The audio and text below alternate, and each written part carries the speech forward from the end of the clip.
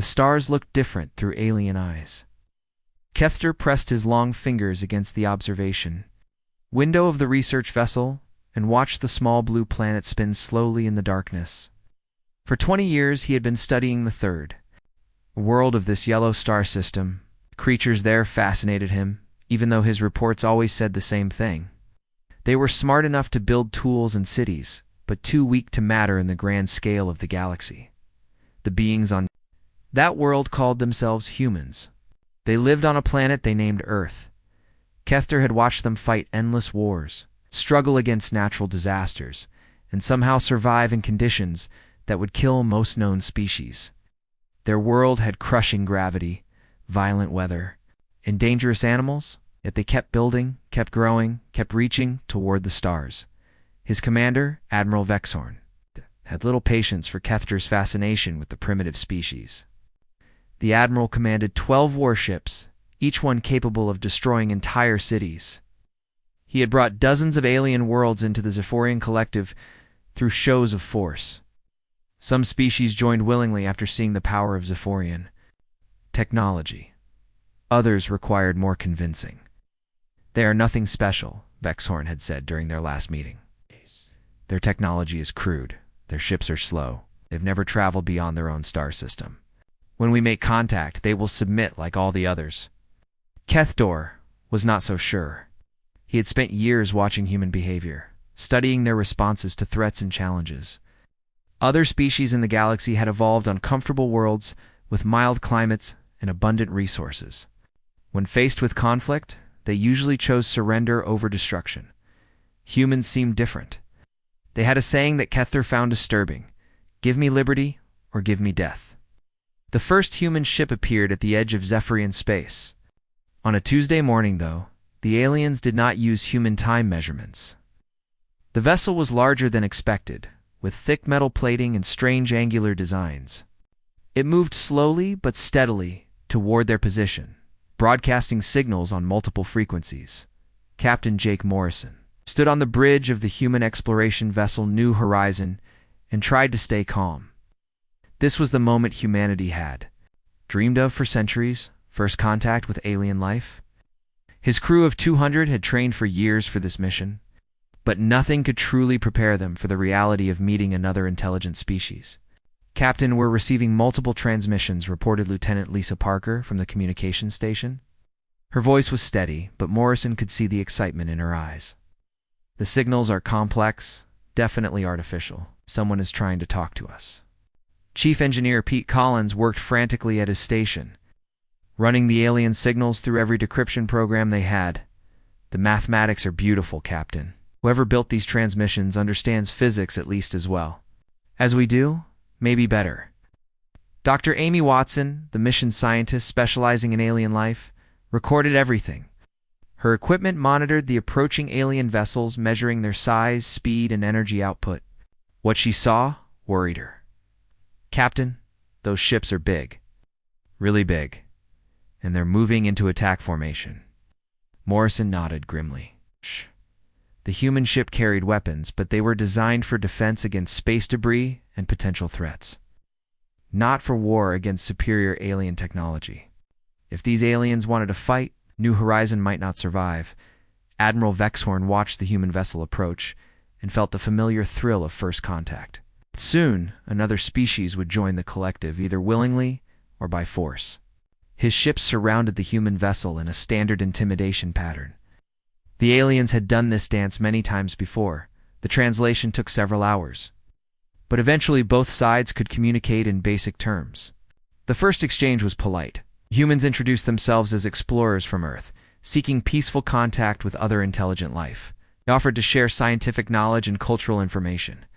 Vexhorn responded with the standard collective demands. The humans would surrender their vessel for inspection. They would provide detailed information about their home world, including military capabilities and resource locations. They would accept collective authority and guidance. Resistance would be met with overwhelming force. Captain Morrison listened to the alien demands with growing anger. These creatures wanted humanity to surrender without even attempting negotiation. They spoke of human civilization as if it were a primitive tribe to be conquered and absorbed. Tell them we decline their generous offer, Morrison said to Lieutenant Parker. We came here in peace, but we won't be bullied by anyone, alien or otherwise. The response clearly surprised the Zephyrians. Most species accepted collective authority immediately when faced with superior firepower. A few required demonstration. Of alien military power, none had ever simply refused and remained calm about it. Vexhorn decided that these humans needed to see what happened to species that defied the collective. He ordered his weapons officer to target the human vessels, engines with low-power energy beams. The attack would disable their ship without destroying it, proving Zephyrian superiority. While keeping the humans alive for questioning, the alien energy weapons struck the new horizon with brilliant flashes of light. The beams should have overloaded the human ship's power systems and left it helpless. Instead, the thick metal hull absorbed the energy with barely a scorch mark. Warning lights flashed on the human bridge, but all systems remained operational. Damage report, Morrison called out. Collins checked his instruments and looked confused. Minor hull heating, Captain. Their weapons seemed designed for thin-skinned civilian vessels. Our military-grade armor barely noticed the attack. The Zephyrians stared at their instruments in disbelief. Their energy weapons, powerful enough to disable any known starship, had failed to penetrate the human vessel's hull. Vexhorn ordered increased power, but the results were the same. The human ship seemed almost immune to their attacks. Dr. Watson realized what was happening. Captain, I don't think these aliens ever evolved on a hostile world. Their weapons are designed to fight other species that developed on comfortable planets with light gravity and peaceful conditions. They've never faced anything built to survive in Earth's environment. The New Horizon had been constructed in Earth's orbital shipyards using materials and techniques developed over centuries of surviving on humanity's dangerous homeworld. The hull could withstand the pressure of deep ocean trenches and the radiation of solar flares. The internal structure was designed to function during earthquakes and hurricanes. By galactic standards, it was impossibly robust. Morrison made a decision that would change the course of galactic history. Instead of retreating or attempting further negotiation, he ordered his weapons officer to return fire. Human kinetic weapons, originally designed to destroy incoming asteroids that threatened Earth, knocked onto the nearest Zephyrian vessel. The aliens had never faced kinetic weapons before. Most galactic species used energy-based attacks that could be deflected by shields or absorbed by armor. The humans fired simple metal projectiles at tremendous velocity, turning mass and speed into devastating force. The first Zephyrian ship exploded in a flash of light and debris. The second died before its crew could react. The remaining 10 vessels found themselves facing an enemy that their technology could not stop and their tactics could not predict. Within an hour, the brief battle was over. The mighty Zephyrian fleet lay in ruins around a single human vessel that showed only minor damage. Admiral Vexhorn, dying in the wreckage of his command ship, transmitted a final message to the collective. The humans are not what we expected. Warn the others. Warn them all. Captain Morrison stood on his bridge and looked out at the debris field that had once been 12 alien warships. He felt no joy in the destruction, only sadness that first contact had gone so wrong. Had come in peace, but they had been forced to fight. The galaxy would know that Earth's children were not to be underestimated. Send a message to Earth Command, Morrison told Lieutenant Parker. Tell them we've made contact with alien life. Tell them we're not alone in the universe. Tell them we might have just started a war. The emergency signals from Admiral Vexhorn's dying fleet reached the Zephyrian homeworld 3 days later. The collective council gathered in their crystal chambers, surrounded by the gentle blue light that marked their sacred meeting place. None of them could believe what they were hearing. Counselor Zethmar spoke first, his voice trembling with confusion. How is this possible? 12 warships destroyed by a single vessel from an unknown species. The reports must be wrong. But the battle recordings did not lie. The human ship had absorbed their most powerful weapons without serious damage. Their return fire had cut through Zephyrian shields and armor like they were made of paper. The aliens watched the recordings over and over, trying to understand what had gone wrong. Far from the alien council chambers, Captain Jake Morrison dealt with his own problems. 3 Zephyrian boarding pods had attached themselves to the new Horizon just before their mother ships exploded. The pods contained alien soldiers who were now trying to break through the human ship's airlocks. "They're cutting through the outer door," reported Chief Engineer Pete Collins over the communication system. "Their tools are more advanced than ours, but it's taking them longer than expected. Our hull is really thick compared to what they're used to." Lieutenant Colonel Sam Brooks led the human Marines aboard the New Horizon. He had fought in Earth's worst environments, from the frozen mountains of Alaska to the burning deserts of Africa. His soldiers were trained to operate in places where most humans could not survive. They carried weapons designed to stop Earth's most dangerous predators and enemies, trained in the hardest military schools on the planet. "How many hostiles are we expecting?" Brooks asked Dr. Amy Watson, who was monitoring the alien boarding. "Pods with their scientific equipment. Each pod contains approximately 15 life forms," Watson replied. "Their biology is interesting. They seem adapted for low-gravity environments and controlled atmospheric conditions. Their bone structure is much lighter than human normal." Brooks smiled grimly. Light bones meant fragile enemies. He positioned his Marines at key points throughout the ship. Using tactics learned from decades of urban warfare on Earth, the aliens would find themselves fighting in an environment designed for creatures much stronger and tougher than themselves. First airlock exploded inward with a shower of sparks and metal fragments. Zephyrian soldiers poured through the opening, their advanced energy weapons ready to overwhelm any resistance. They expected to face primitives armed with crude projectile weapons. Instead, they found themselves in a corridor with gravity that felt like it was trying to crush them into the floor. The air was thick and heavy, full of oxygen concentrations that made them dizzy. The lighting was harsh and bright, designed for creatures with different eyes than theirs. Marine Corporal Tony Reed waited behind a reinforced barrier, his assault rifle loaded with armor-piercing rounds. When the first alien appeared around the corner, Reed squeezed the trigger, bullet moving at 3 times the speed of typical Zephyrian projectile weapons. It punched through the alien's energy shield and protective armor like they did not exist. The Zephyrian soldier fell, his exoskeleton cracked and broken. His companions stared in shock. Their energy shields were supposed to stop any known weapon. Their armor had been tested against the most powerful alien firearms in the galaxy. Nothing should have been able to penetrate their defenses so easily. Sergeant Maria Santos moved through the ship's maintenance tunnels, using passages to narrow for most galactic species, but perfectly sized for humans. She emerged behind the alien boarding party and opened fire with her shotgun. The close-range blast sent 3 Zephyrians flying into the bulkhead with enough force to crack their fragile bones. The aliens tried to return fire, but their energy weapons were designed for use in low-gravity environments. In the crushing pull of Earth-normal gravity, their aim was terrible. Their movements were slow and clumsy. They could barely lift their own equipment, let alone fight effectively. Commander Rick Hayes coordinated the defense from the ship's bridge. He had studied every form of combat known to humanity, from ancient sword fighting to modern space warfare.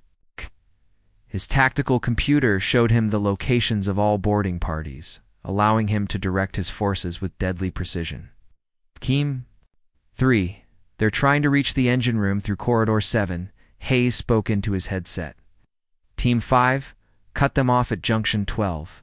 Remember, they can't handle our gravity. Use that against them. The battle inside the ship lasted less than 20 minutes.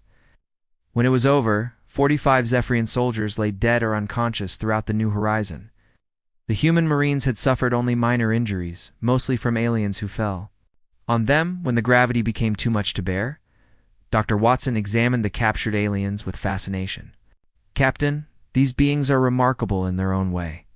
Their technology is incredibly advanced, but their biology is completely adapted to artificial environments. I don't think they've ever had to deal with physical stress or environmental challenges." One of the captured Zephyrians was still conscious. Through the translation system, he spoke to Captain Morrison with a voice full of fear and confusion. "How are you so strong?" How do your weapons cut through our defenses? What kind of monsters are you? Morrison looked down at the alien with something like pity. We're not monsters. We're just from a world that tried to kill us every day for millions of years. We got strong because we had to.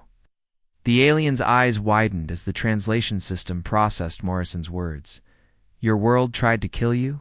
How is that possible? Worlds are supposed to support life, not destroy it.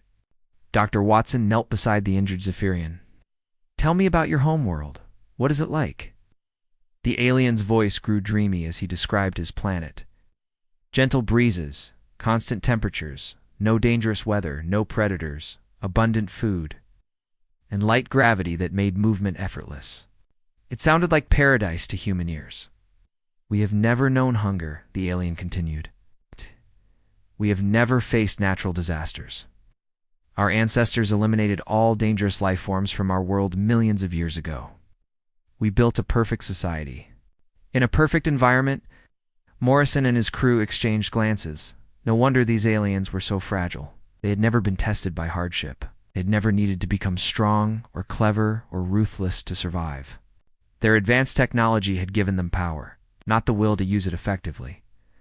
Lieutenant Lisa Parker had been monitoring alien communication channels since the battle ended. Captain, we're picking up transmissions from across there. Space.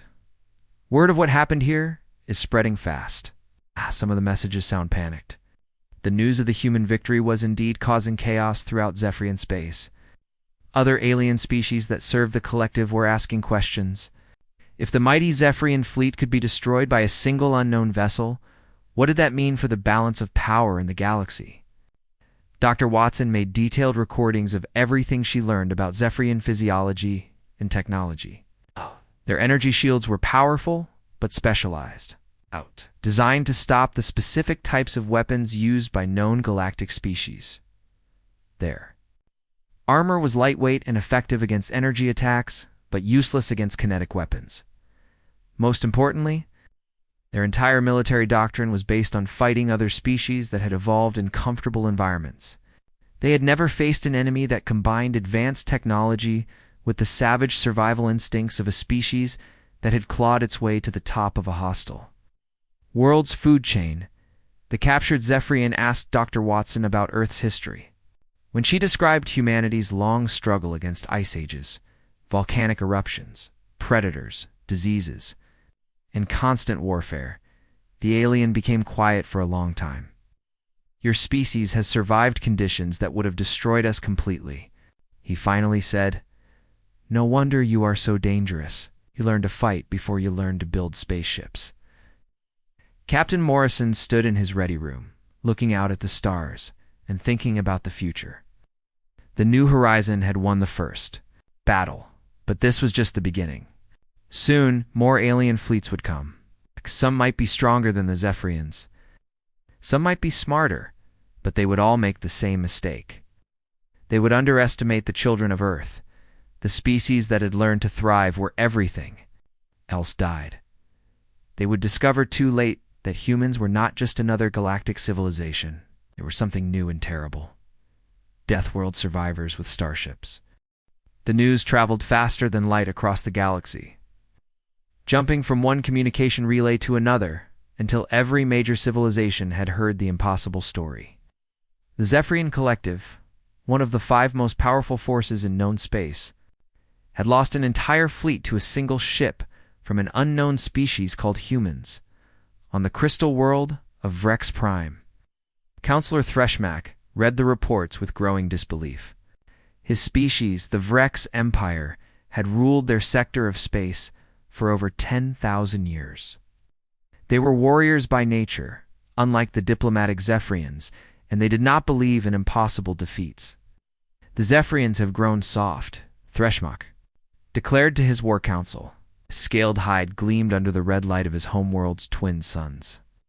They relied too much on their energy weapons and forgot how to fight real battles. These humans will learn what it means to face true warriors. General Quindor, the Empire's greatest military mind, studied the battle recordings that had somehow survived the destruction of the Zephyrian fleet. What he saw troubled him, but he kept his concerns to himself. The human weapons were crude, but effective.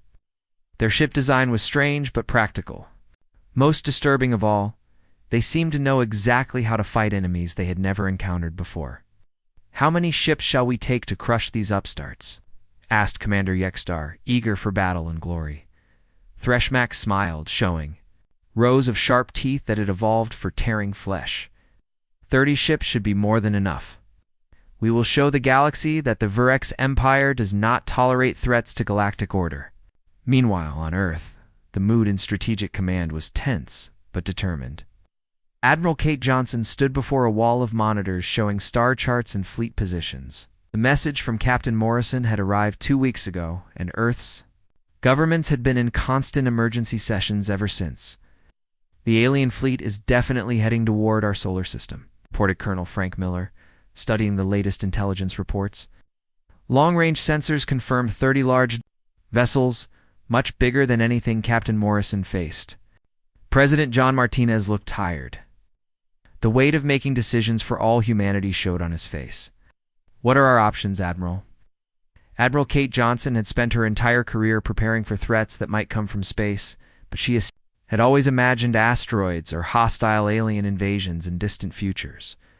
Now the threat was real and approaching fast. "We have 12 defense platforms in orbit around Earth," she replied.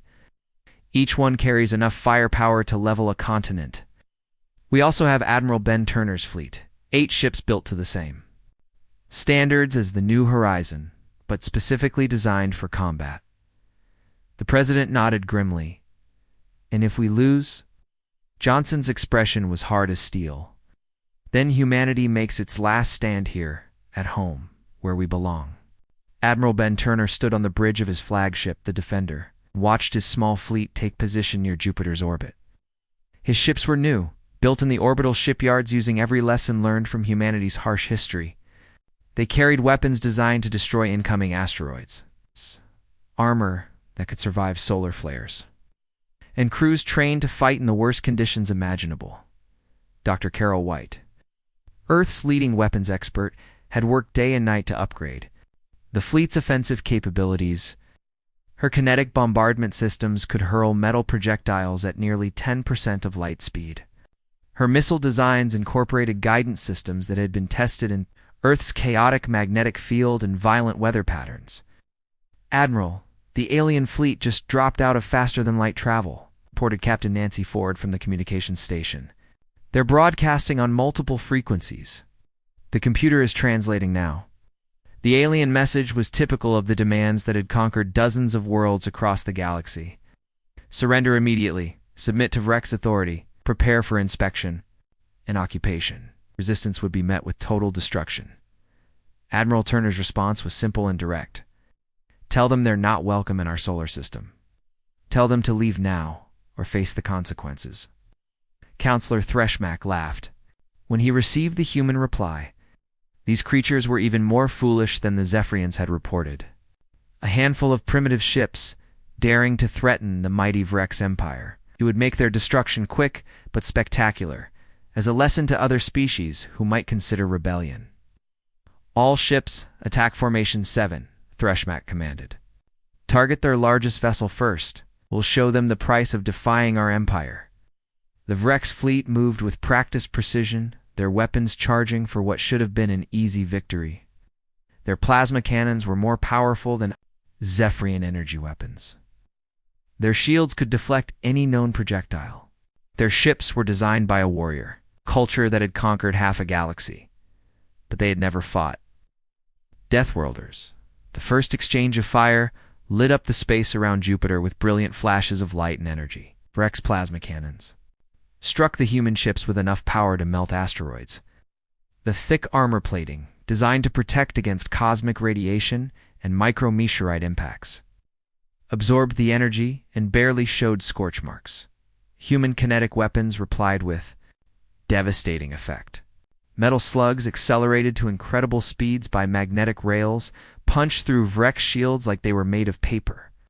The aliens watched in horror as their most advanced defensive systems failed to stop simple pieces of metal moving very fast. Impossible. Threshmak screamed as his flagship shuddered under multiple impacts. our shields should stop anything. Ow! Are their primitive weapons penetrating our defenses? General Quinder finally understood what he had seen in the battle recordings. Counselor, I don't think these weapons are primitive. I think they're designed for a completely different type of warfare than anything we know. Captain Nancy Ford coordinated the human defense with calm efficiency. She had trained for this moment in Earth's military academies, where students learn strategy by studying thousands of years of human warfare. Every battle ever fought on Earth had taught humanity something about tactics, logistics, and the psychology of combat. Target their command ships first, she ordered her weapons officer. Their formations are too rigid. They're not adapting to our attack patterns. The Vrex Empire had indeed grown used to fighting enemies who used familiar technologies and predictable tactics. Their battle doctrine was based on energy weapons, deflector shields, and formal fleet engagements that followed established rules. They had never faced an enemy that threw rocks at relativistic speeds and treated space combat like urban warfare. Admiral Turner's ships moved in patterns that confused the alien formation. Human vessels could handle acceleration forces that would crush most galactic species, allowing them to make sudden course changes that threw off enemy targeting systems. Their weapons had been designed to track and destroy fast-moving asteroids, making alien ships easy targets by comparison. Dr. Carol White watched the battle from Earth's command center and felt a mixture of pride and terror. Her weapons were performing better than expected, but she knew that humanity was facing only one of many galactic powers. If they won this battle, others would come. Stronger ones, smarter ones. The battle lasted for hours. When it ended, the Vrex fleet was scattered debris floating in Jupiter's gravity well. Admiral Turner's ships had suffered damage but remained operational. Most importantly, they had captured several alien survivors who could provide information about galactic civilization. The interrogation of Vrex prisoners revealed shocking information about the galaxy humans had entered. Species, most of them peaceful, lived under the control of 5 major powers. The Zephyrian Collective and Vrex Empire were only 2 of these ruling civilizations. Wars were rare because most species submitted rather than face destruction.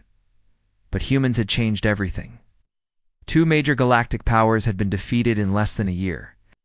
Species that had been slaves for millennia were starting to ask questions about their masters. Rebellions were breaking out on worlds that had been peaceful for centuries. Captain Morrison, still exploring the galaxy in his damaged but victorious ship, received messages from alien civilians thanking him for showing them that the great powers could be beaten. Other messages came from terrified governments, begging him to leave their space before his presence caused chaos and revolution. On Earth, President Martinez addressed the world with news that changed everything humanity thought about their place in the universe. They were not alone, but they were also not helpless. The galaxy was full of intelligent life, but most of it had forgotten how to fight for freedom. "We didn't ask for this war," the president said to the cameras. "But we won't back down from bullies, no matter how advanced their technology or how large their empires. Humanity has survived ice ages, plagues, and world wars. We'll survive this too." The galaxy was learning that the small blue world and the remote Sol system had produced something unprecedented. A species that combined advanced technology with the survival instincts of predators. They were discovering that humans were not just another civilization to be conquered or controlled. They were something new and dangerous in galactic history. The destruction of the Vrex fleet sent waves of panic and confusion throughout the galaxy. On distant worlds, alien leaders gathered in emergency councils while their populations watched news broadcasts with growing amazement. 2 of the 5 great galactic powers had fallen to the same mysterious species from the edge of known space. Ambassador Kreltos of the Harmony Coalition paced nervously in his crystalline chambers on the diplomatic world of Nexus Prime, his species. The Talari had built their reputation on being the galaxy's finest negotiators and peacekeepers. They had prevented countless wars through careful diplomacy and cultural understanding. Now they faced a challenge unlike any in their long history. "We must make contact with these humans immediately," Kreltos told his advisors. before more blood is spilled on both sides. If they can defeat the Zephyrians and the Vrex, they could destroy our entire civilization if we anger them.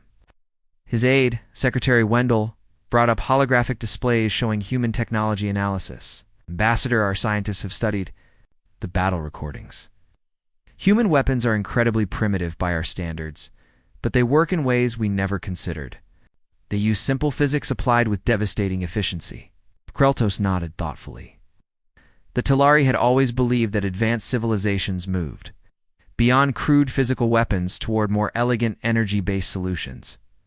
The idea that someone would deliberately choose kinetic weapons seemed backwards and primitive. Yet those primitive weapons had crushed the most advanced fleets in the galaxy. Meanwhile, the human diplomatic vessel Endeavor was approaching Nexus Prime under the command of Captain Helen Davis. She had been chosen for this crucial mission. Because of her experience in first contact situations and her ability to remain calm under pressure, her crew included some of Earth's best minds in linguistics, cultural studies, and military strategy. Dr. Roy Evans worked frantically at his translation computers, trying to decode the complex Telleri language systems.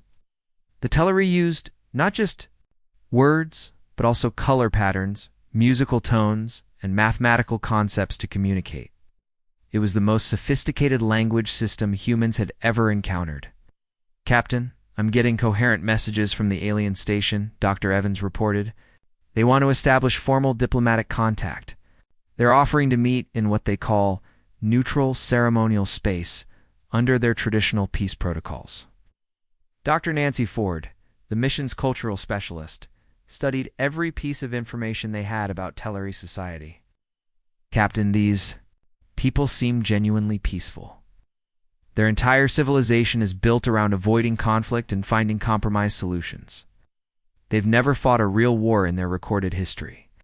Commander Alex Morgan, the mission's security chief, remained skeptical. It could make them more dangerous, not less. If they've never fought wars, they might have developed other ways to control enemies. Psychological warfare, biological weapons, or technologies we can't even imagine. Captain Davis made the decision to accept the Telleri invitation. The Endeavor docked at Nexus Prime's diplomatic station, a massive structure that served as neutral ground for thousands of different species. As the humans stepped aboard, they were struck by the incredible diversity of alien life forms moving through the corridors. Ambassador Kreltos met them at the airlock, accompanied by a full diplomatic honor guard. The Telleri were tall, graceful beings with pale blue skin and large eyes that seemed to change color with their emotions. They moved with fluid motions that reminded the humans of dancers or deep-sea creatures. "Welcome, representatives of Earth," Kreltos said through the translation system. "We come in peace and friendship, seeking understanding between our peoples." Captain Davis responded carefully. "We appreciate your peaceful intentions, Ambassador. We also came to the galaxy seeking friendship, but we've only found aggression so far." The first formal meeting took place in a vast chamber designed to accommodate hundreds of different species. The walls displayed star charts showing the extent of galactic civilization. And humans were shocked to see how small and remote their solar system appeared on the cosmic scale. Dr. Evans worked with Telari linguists to improve the translation systems, while Dr. Ford studied Telari cultural displays and historical records. What she learned amazed and disturbed her in equal measure. "Captain, this civilization is over 50,000 years old," Dr. Ford reported during a break in negotiations. "They've achieved things we can barely imagine. It's faster than light travel, matter manipulation, energy systems that could power entire star systems. But they've never developed anything we would recognize as military technology." Commander Morgan found this information hard to believe. How did they survive for 50,000 years without any weapons? What happened when they met hostile species? The answer came from Ambassador Kreltos himself during the next session. "We have faced aggressive species before, Commander Morgan. When diplomacy fails, we simply leave. We have the technology to move entire populations to new worlds if necessary. Fighting has always seemed wasteful and primitive to us." Dr. Evans had been studying recordings of previous galactic conflicts, and what he found explained much about the current situation. Captain, most galactic wars last only a few months or years. Losing side usually surrenders when they face overwhelming odds. Extended conflicts are almost unknown because most species evolved on worlds where resources were abundant, and survival was easy. Captain Davis began to understand the scope of the problem. Humanity had entered a galaxy where advanced technology had eliminated most sources of conflict. Species fought brief, ritualized wars that ended in negotiated surrenders.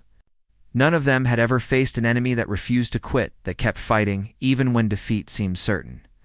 "Ambassador, let me ask you a direct question," Davis said. "What happens when the Harmony Coalition faces an enemy that can't be negotiated? What do you do when retreat isn't possible?" Kreltos' eyes shifted to a deep purple color that the translation system identified as confusion and fear. "Such situations do not arise, Captain. There's always a solution that benefits both sides. There is always room for compromise." But Dr. Ford had been studying the economic and social systems that supported galactic civilization. "Captain, I think I understand why they've never faced that situation. This galaxy has more habitable worlds than they know what to do with. Resources are essentially unlimited. When conflicts arise, there's always somewhere else to go or something else to trade.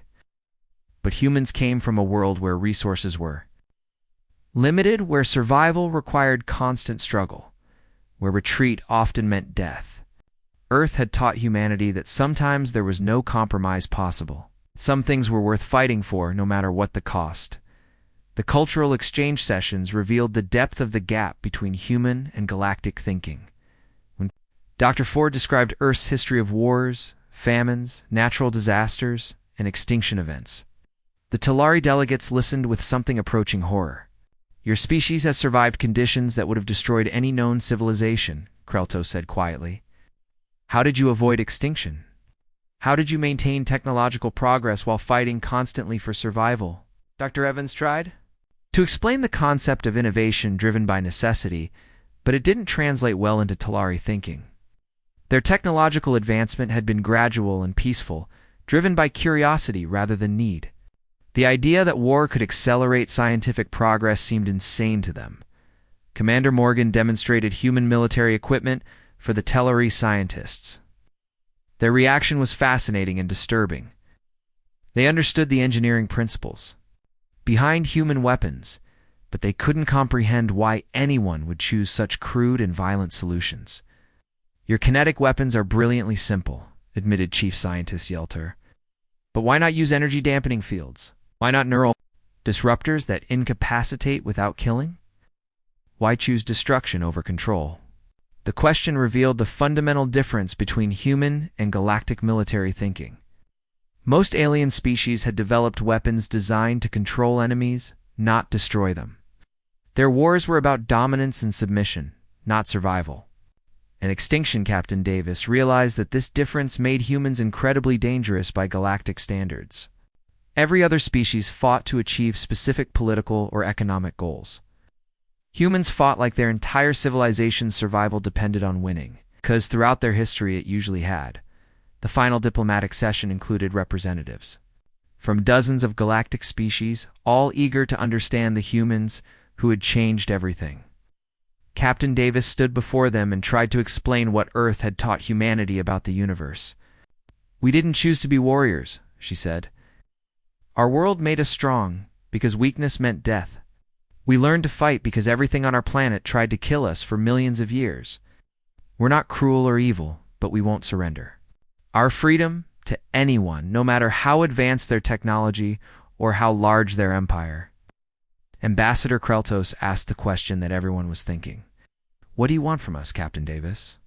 What are your intentions in our galaxy?" Davis looked around the chamber at dozens of alien faces, each representing a civilization older and more advanced than humanity.